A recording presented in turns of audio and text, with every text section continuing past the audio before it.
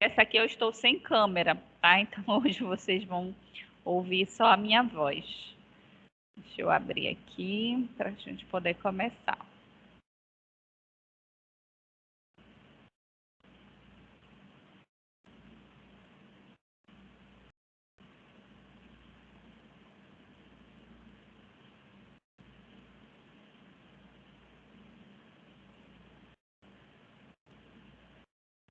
Professora, Oi, só Sil. para confirmar, o artigo é esse que mandaram aqui no grupo Psicólogo no Sistema de Justiça? Não. O artigo que a gente iniciou na semana passada é esse aqui, do idoso, o psicólogo, o sistema de justiça e os casos de violência intrafamiliar contra idosos. Sim. Então é esse que eu vi aqui no grupo, que eu baixei. Ah, esse? Então é esse. Eu entendi É. tu falando outro nome aí. Não, foi esse Tá, então, tá bom, obrigada. pronto. Aí a gente iniciou a discussão na semana passada e ficamos de então finalizar hoje a discussão. Deixa eu só ver onde foi que a gente finalizou. Tá. Na semana passada, a gente entrou aqui nesse tópico, as redes, os especialistas e o sistema de justiça, onde a gente leu, né, discutiu até o caso da página 340. Então, hoje a gente vai dar continuidade. Vamos lá. A pouca agilidade do sistema, causada pelas idas e vindas do processo entre distintas instituições, para esclarecimento das dúvidas, leva a população a perceber o inquérito policial como uma forma de burocratização da justiça. Tudo isso, em última instância, significa entre o direito constituído e a garantia de direito do idoso, ainda há um longo caminho a ser percorrido. Então, esse artigo, se eu acho que tu não estavas na semana passada, ele vai falando, né, sobre algumas discussões sobre o Estatuto do Idoso. Então, a gente já discutiu aqui o Estatuto do Idoso, e aqui nesse artigo, que é um dos capítulos do livro da Psicologia Jurídica no Brasil, o autor, né, ele vai fazendo algumas discussões sobre algumas inquietações a respeito dos direitos do idoso, né, em especial daquilo que está dentro do estatuto, que às vezes não é ainda tão bem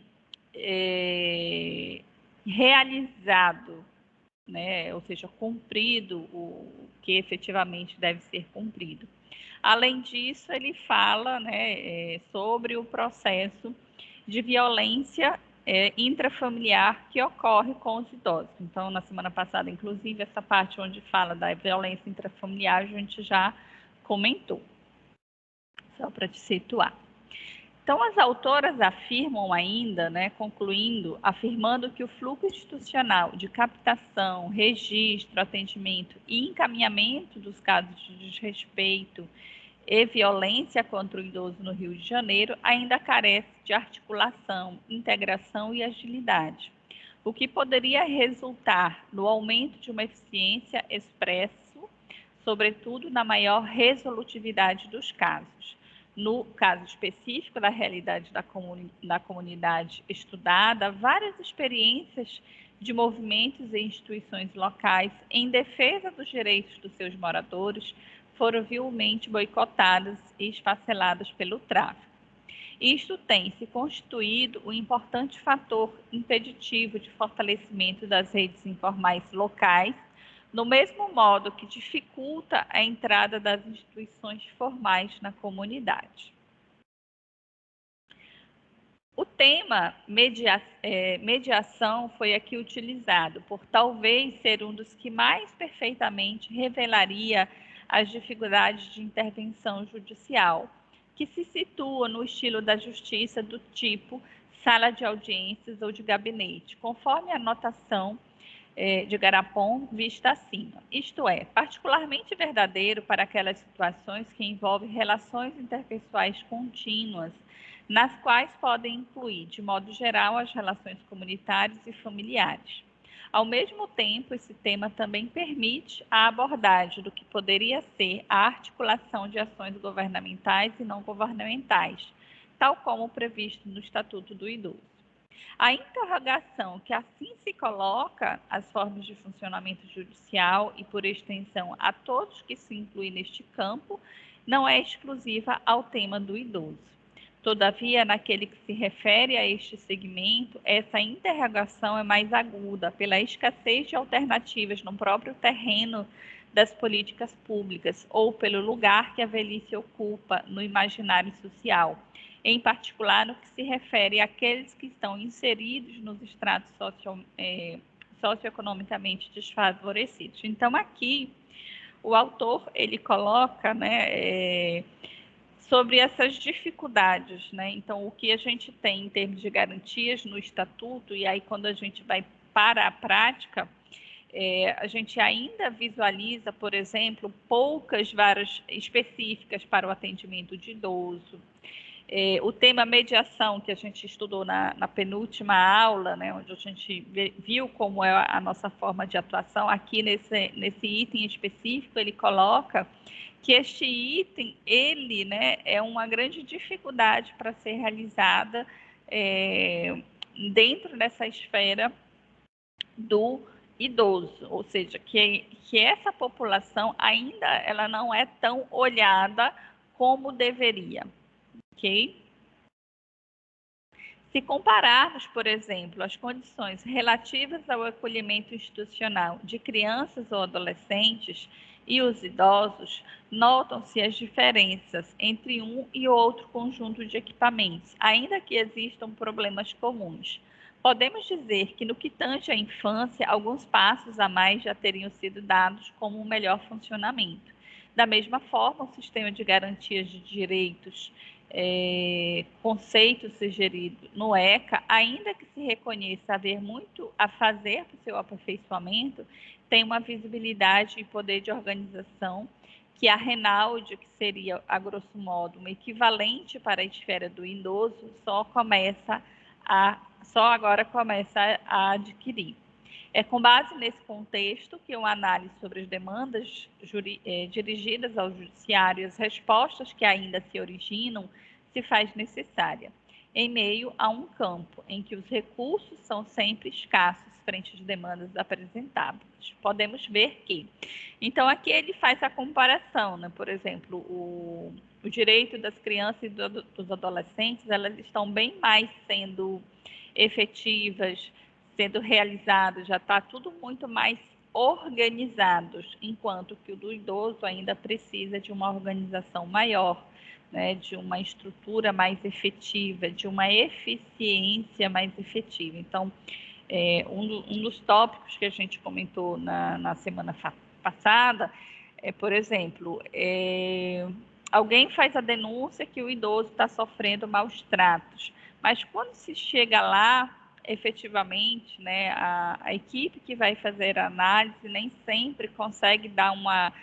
tratativa, uma resolução efetiva daquele caso, e as coisas acabam realmente não sendo tão resolvidas como deveriam ser, tá? Então, na verdade, é um questionamento, né, uma inquietação do autor com relação a isso, colocando que essas questões relativas à rede de apoio com relação ao idoso, elas precisam melhorar.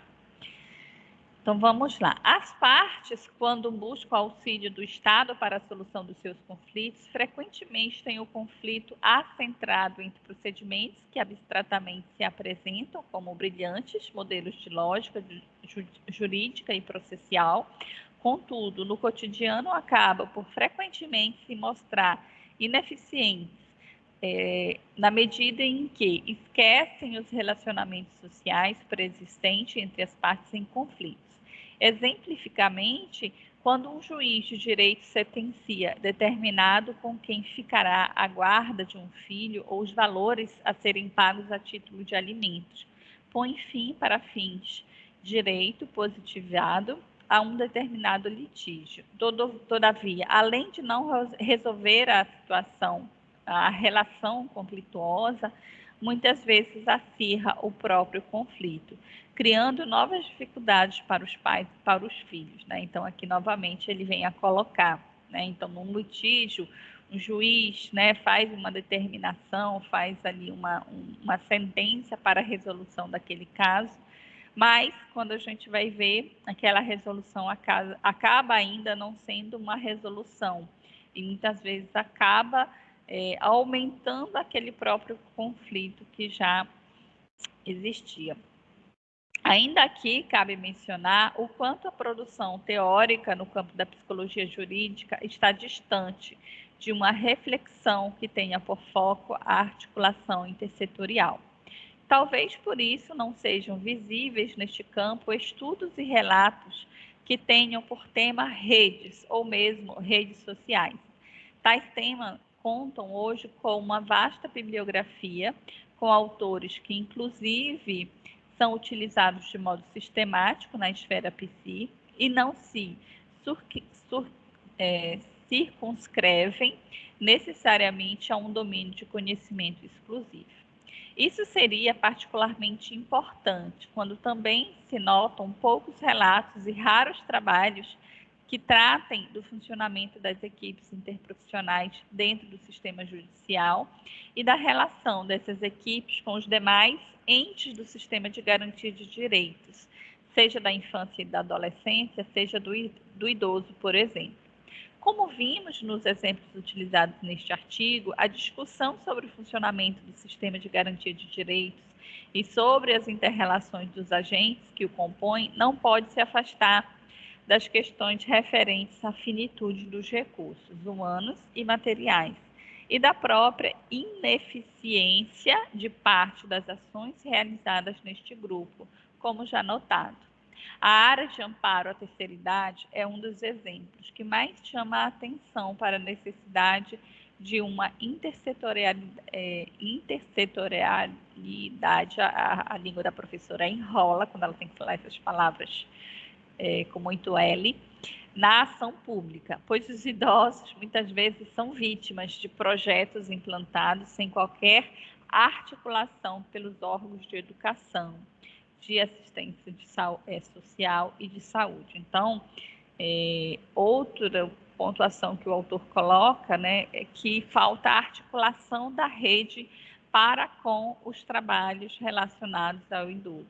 Às vezes tem, né, o projeto, mas acaba não sendo um projeto que tenha o que ele coloca de intersetorialidade, né, ou seja, uma articulação em rede com os outros campos, né, ou seja, um projeto que tenha articulação com a educação, que converse com assistentes sociais, como CRAS, né, CREAS, que converse com as áreas de saúde, né, ou seja, que haja realmente a eficiência nessa articulação, neste encaminhamento, nesses projetos caminharem em conjunto. Então, agora a gente caminha aí para as conclusões do artigo. Devemos reconhecer que a tentativa de responsabilização individual nos casos de violência contra o idoso está, em muitos casos, longe de produzir os efeitos desejados de proteção. No mesmo movimento, o lugar do especialista, ao menos no que se refere à sua inserção em um possível sistema de garantia de direitos, também resta por mostrar caminhos que permitam à velhice encontrar formas de expressão que possam levar em conta a singularidade do idoso, tal como indicado a seu modo por Guattari e Hounick. As proposições desses autores não estão distantes das considerações elaboradas pelo CFP sobre as condições de institucionalização dos idosos e da necessária construção de alternativas ao que está dado. Essas possíveis novas formas de expressão implicariam a quebra de isolamento, que neste artigo não se refere tanto às instituições de acolhimento. Refere-se aqui à quase total impreensibilidade do idoso nas diversas redes que poderiam ampará-lo, isto é, as questões relativas à eficácia das ações em prol da garantia dos direitos do idoso, tal como as apresentamos precisam ser trazidas para primeiro plano, a fim de que possamos avançar sobre as dificuldades que emperram a constituição de uma rede de proteção efetiva.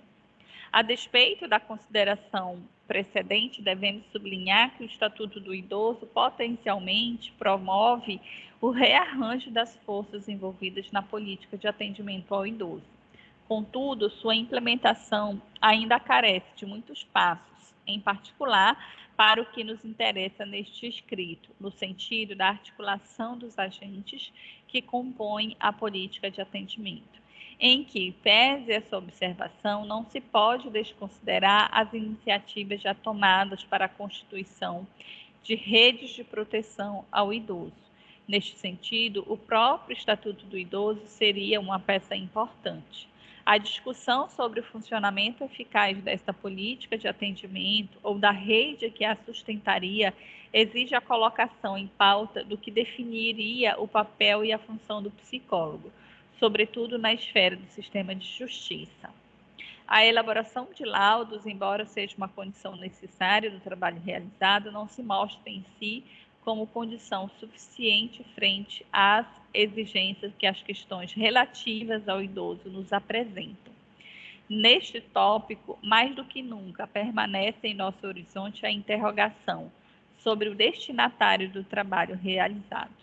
Os exemplos utilizados aqui, de certo modo, apontam que muitas vezes o destinatário do trabalho é quase que de modo exclusivo o próprio sistema judicial.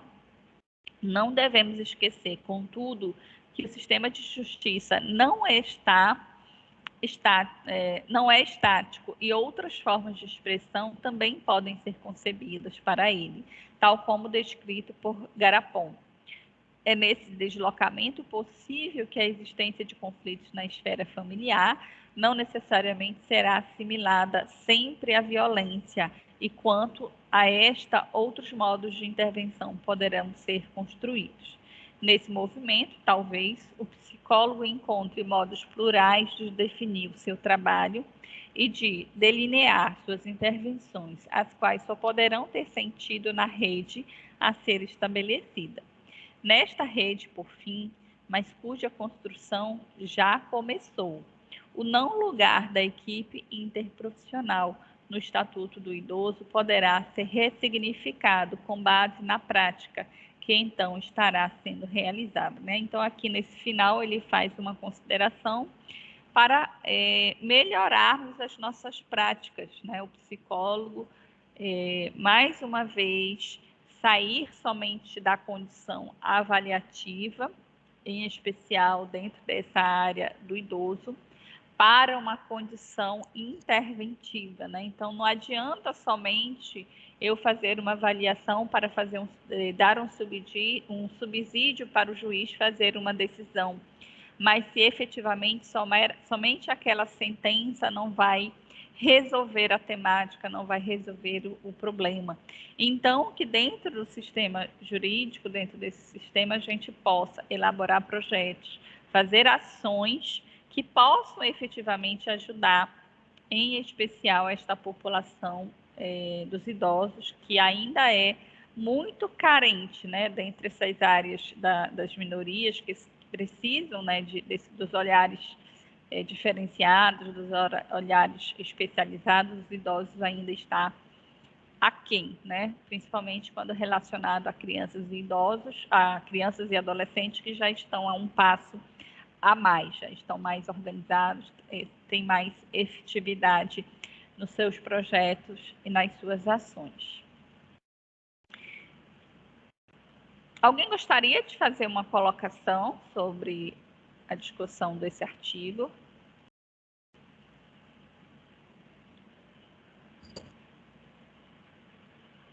Não?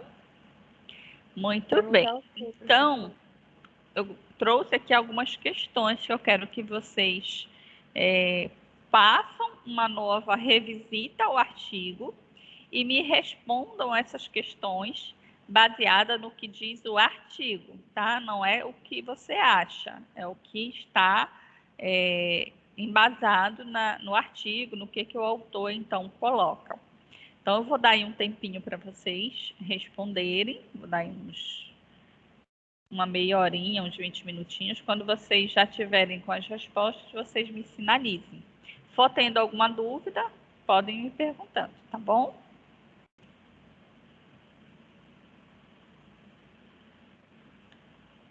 Ok. Tá aparecendo aí na tela para vocês? Não. Não? Deixa eu então colocar novamente.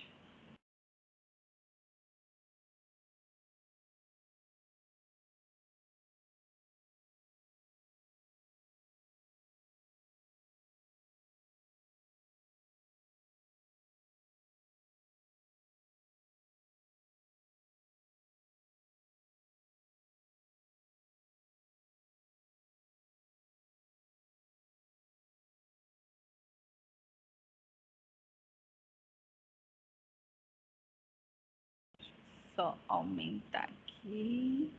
Pronto. As questões é: A.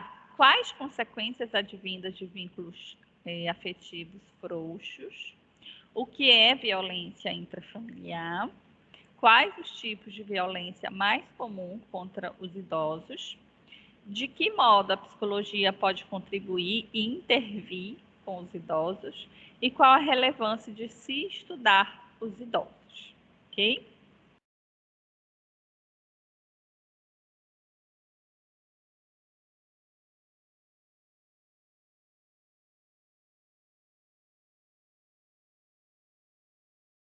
Ok, professora. É para fazer e responder agora na sala, né?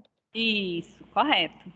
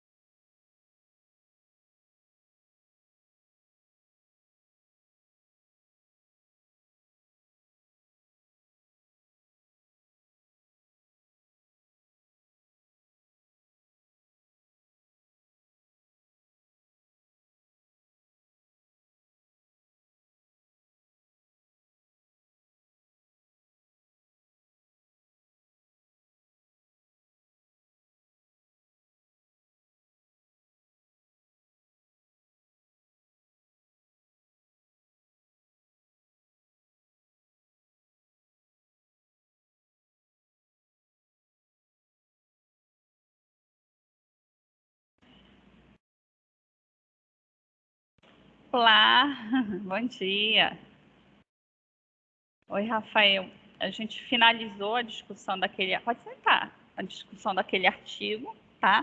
E aí eu coloquei algumas questões para vocês resolver com relação ao artigo, tá? São essas aí. Tu tens o artigo aí no teu celular? Se não tiver, tá na plataforma. Tu pode baixar por lá ou ver aí no grupo. Acho que postaram no grupo da sala de vocês. Hã?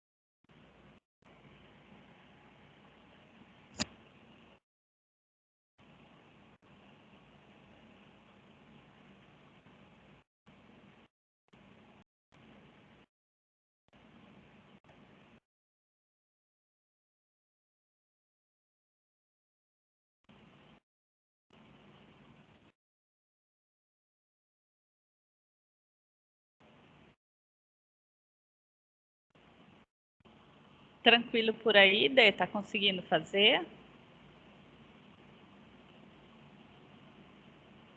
Mais ou menos, professora, porque eu ainda não tinha lido o artigo antes. Eu Tá, fiquei um pouco perdida. Eu tô tentando aqui, eu achei 3. tá. Tá ótimo, sem problema.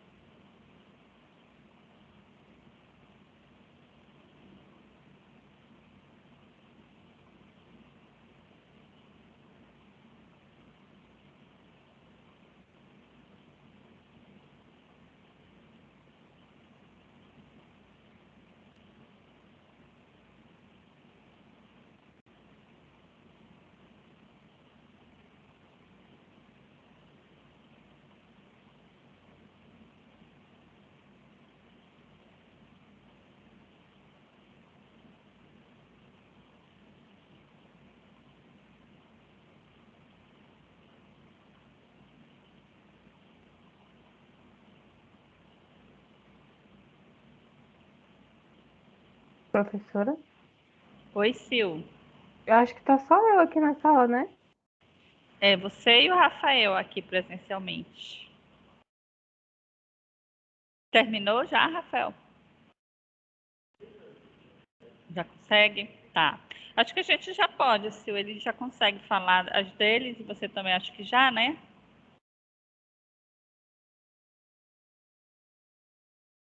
Sil? Podemos começar, Oi, Silverline? professora. Desculpa, eu tava falando e esqueci que eu tinha botado no mudo. Ah, tá. Podemos? Sim, sim. Então vamos lá, começar pela primeira.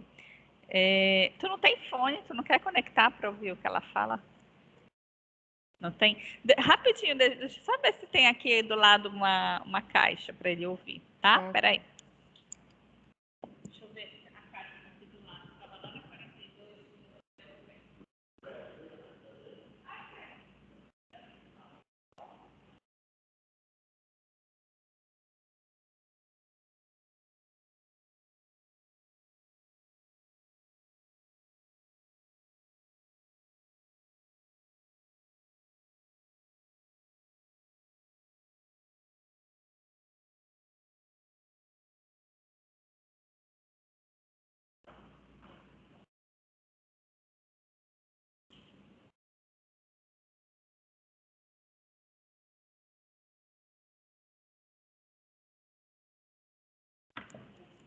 Deixa eu só ajustar aqui a caixa para o Rafael te ouvir, tá, Sil?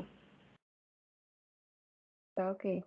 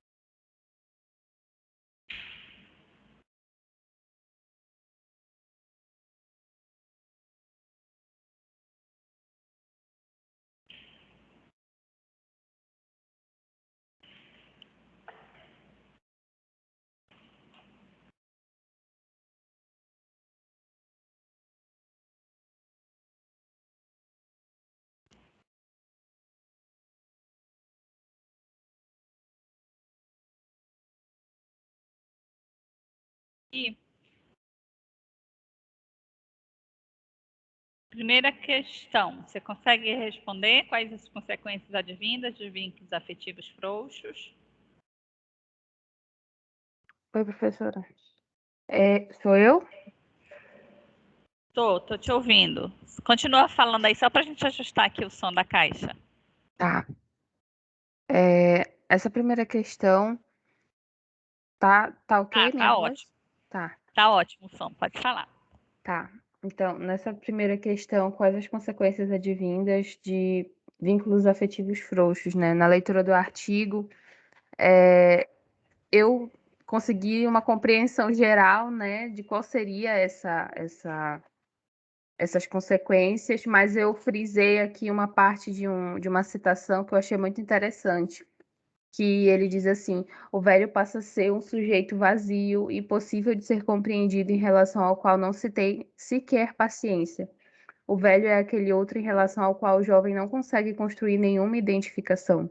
O idoso é jogado para as margens da experiência social e cultural, e seu acolhimento dependerá da sua incorporação ao mercado.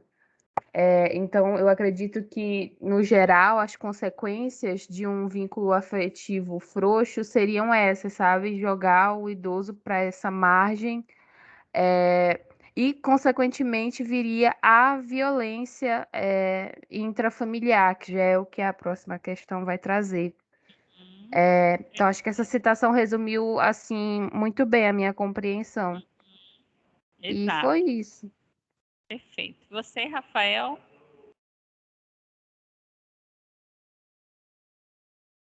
Aham.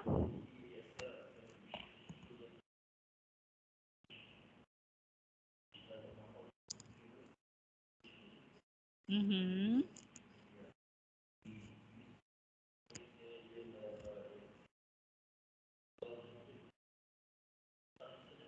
Uhum. Perfeito. Uhum. Uhum. Exato.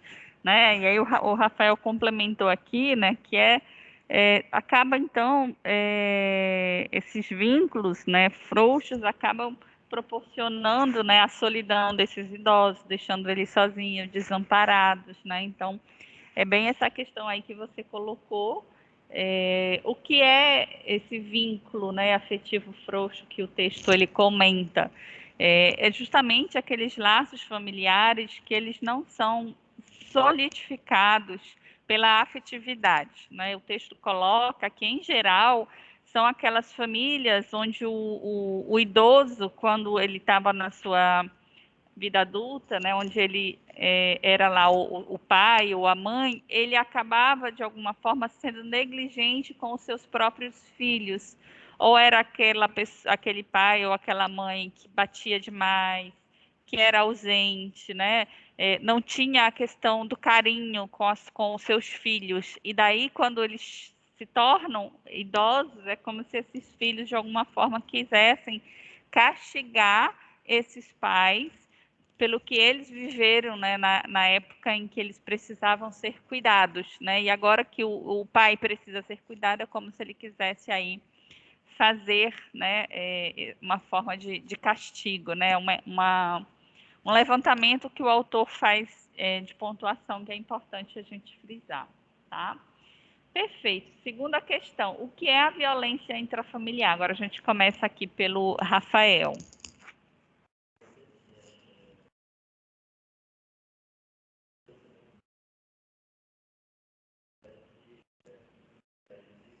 Uhum, perfeito. E você, Sil, D? Eu coloquei aqui que a violência intrafamiliar é a violência que ocorre dentro do ambiente familiar do idoso e, aliada a ela, a ocorrência do abandono, da negligência e da violência financeira, que é muito comum, né? Essa extorsão do dinheiro, do dinheiro da aposentadoria, da pensão, apropriação de bens do idoso, e se caracteriza como violência financeira. E o grande fator de risco dessa violência intrafamiliar é a relação, desculpa, minha garganta, é a relação do idoso com o cuidador, dependendo do contexto em que eles estão inseridos. Então, se é um contexto ali de conflito, onde esse vínculo afetivo está frouxo, né, é um fator de risco para essa violência intrafamiliar. Perfeito, é exatamente isso, né? Então, na verdade, quando a gente vai falar de violência, né, seja dentro de um contexto intrafamiliar com relação aos idosos, ou violência contra a violência doméstica, acaba sendo meio que os mesmos tipos, né? Claro que em cada população se sobressai uma, né? A gente vê muito aqui nos idosos essa violência, tanto a financeira, como a AD colocou, quanto a parte da negligência, né, com relação aos idosos. Perfeito. Terceira questão: quais os tipos de violência mais comum contra os idosos? O Rafael colocou aqui psicológica. Você, Dê, o que você conseguiu identificar aí no texto? No texto, eu consegui identificar que esse abandono, né, a negligência, essa violência financeira, e aí ele toca também na violência física, verbal e psicológica, que eu acredito que elas são assim, são as mais comuns, né? É o que a gente observa mais nos casos, até mesmo não só em casos assim que a gente lê, mas em casos de conhecidos, né? Eu tenho um conhecido que o idoso estava sofrendo isso, ou o avô de alguém, a gente sempre tem acesso a esse tipo de casos por conhecidos, então por isso que eu coloquei esses. Perfeito, exatamente, né? São essas aí aqui o texto coloca, e é bem retratado mesmo, se a gente for olhar, por exemplo, as reportagens que a gente vê nos jornais, são exatamente essas, né? As mais comuns que a gente observa. AD, de que modo a psicologia pode contribuir e intervir com os idosos? Vamos lá, agora é a AD, começa. Tá, eu coloquei assim, que a psicologia, para além de elaborar laudos, né, nesse setor judiciário, enfim, tem esse contato com os idosos, que o texto destaca que também é importante essa elaboração de laudos, mas, sobretudo, a psicologia deve mostrar os caminhos que vão permitir que esse idoso expresse a sua velhice, que ele expresse o seu modo de envelhecer, o seu modo que é singular, e também segundo as necessidades que esse idoso vai ter, que também são necessidades que algumas são gerais, né, mas outras são individuais. Então, cada idoso vai ter uma necessidade diferente também, segundo o seu modo de envelhecer. Então, isso, acho que foi o que eu consegui captar do texto, né? Que ela deve realmente mostrar esses caminhos da abertura para que o idoso possa expressar o seu modo de envelhecer, a sua singularidade. Perfeito. Você, Rafael, o que você colocou nessa?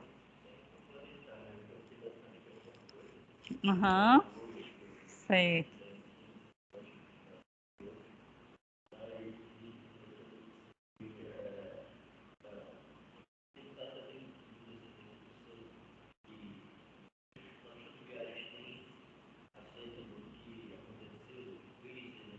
Uhum.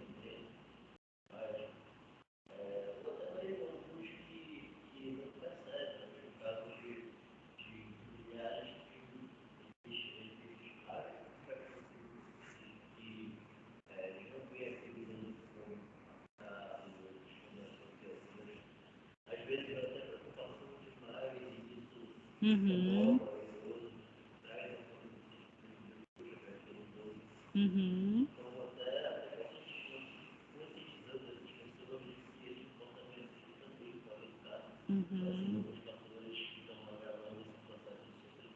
Uhum. Perfeito. O Rafael acaba colocando quase as mesmas coisas que você pontua, tá? E aí ele acrescentou também um contexto onde a gente precisa trabalhar muito num contexto orientativo, inclusive, né? Para essas famílias, para a população em geral, de ações para minimizar aí as questões com relação ao trabalho que é feito com o idoso, que pode agravar mais, né, deixá-lo pior dentro dessa situação que a própria velhice já impõe. Perfeito. E também, né, os projetos realmente de orientação, né, não só avaliativo, como o texto ele vem pontuando, né, que a gente consiga fazer um trabalho que vá agregar, né, os idosos eles sentem muita solidão, se sentem muito sozinhos, né, então projetos que possam favorecer todas as esferas, né, esfera social, esfera de saúde, esfera escolar, né, esfera familiar, então que ele possa ter projetos que o ajudem a estar em todas as suas esferas da sua vida de alguma forma amparado. Ok, e aí agora a gente finaliza então qual a relevância de se estudar os idosos. Agora o Rafael começa. O que você acha, Rafael? Uhum. Uhum. Sim. Tá, perfeito. Uhum. Tá, ok. Uhum. E Dei, você, o que é que você colocou dessa última questão? Nessa última eu coloquei que o texto ele aponta que é quase impossível a gente não se deparar com as questões associadas à velhice, né, hoje em dia. A relevância de se estudar o idoso vai se dar pelo fato de que essa população está aumentando, junto com ela está ocorrendo uma pressão no sistema previdenciário, que também aumenta. No Brasil, a taxa de mortalidade e de idosos morando sozinhos tem crescido, de mortalidade mais para o lado masculino e de idosos morando sozinhos é mais preponderante no gênero feminino. E aí, a partir disso, acaba ocorrendo muitas implicações políticas, porque tem aí uma carência, às vezes, de leis ou de cumprimento dessas leis, então ocorrem implicações políticas e sociais relacionadas ao idoso. Então, por isso, se justifica a relevância de se estudar o idoso. Perfeito. Rafael, quer falar mais um pouquinho aqui?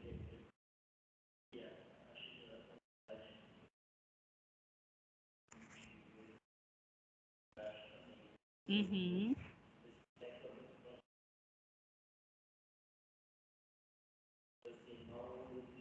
Uhum. Perfeito.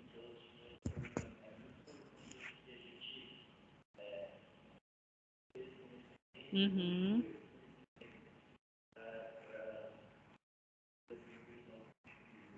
Perfeito. Perfeito, né? Isso aí que vocês colocaram é exatamente isso, né? A população dos idosos estão aumentando por vários fatores, né? A medicina que tem avançado, qualidade de vida, as pessoas estão procurando mais cuidar da sua saúde antes de envelhecer. Então, são várias questões que têm prolongado a vida. Então, é uma população que nós, psicólogos, precisamos estar preparados para atender. Né? Eu não posso estar escolhendo o cliente, né? Eu só vou atender criança. Mas e os idosos? Quem vai atender, né? Nós estamos, nossa profissão é uma profissão que se compromete com a saúde no geral, uma saúde de todos. Então, eu também preciso me qualificar, né? A profissão de psicólogos precisa ter qualificação para todas as áreas de atuação. Então, psicólogos que atuem com criança, com adolescentes, com adultos, mas também ter aí psicólogos capazes de atender a população idosa, esse tipo de clientela, né, que está numa crescente, né, onde a gente vai ter muita procura em atendimento, tanto em atendimento consultório, quanto atendimento dentro de unidade de saúde, né, dentro do sistema de justiça, em todas as áreas em que a psicologia atua, ela vai ter cada vez mais demanda desse tipo de clientela, porque está aumentando, né? Então, é extremamente relevante que a gente discuta, que a gente conheça, né? Conheça a legislação e conheça de que forma a gente pode ajudar esta clientela. Perfeito. Então, gente, finalizamos aqui o artigo e aí vai ficar até esse artigo, a matéria de prova. E na semana que vem, então, a gente vai fazer algumas revisõezinhas, na verdade, algumas atividades, alguns exercícios, tá? Para que vocês possam rever alguns temas, tá bom? E aí na outra, se eu não me engano, já é a nossa prova, tá bom? Então, um beijo grande, bom final de semana e até semana que vem. Tchau, Dê. Tchau, Rafael. Tchau, professora. Obrigada. De nada.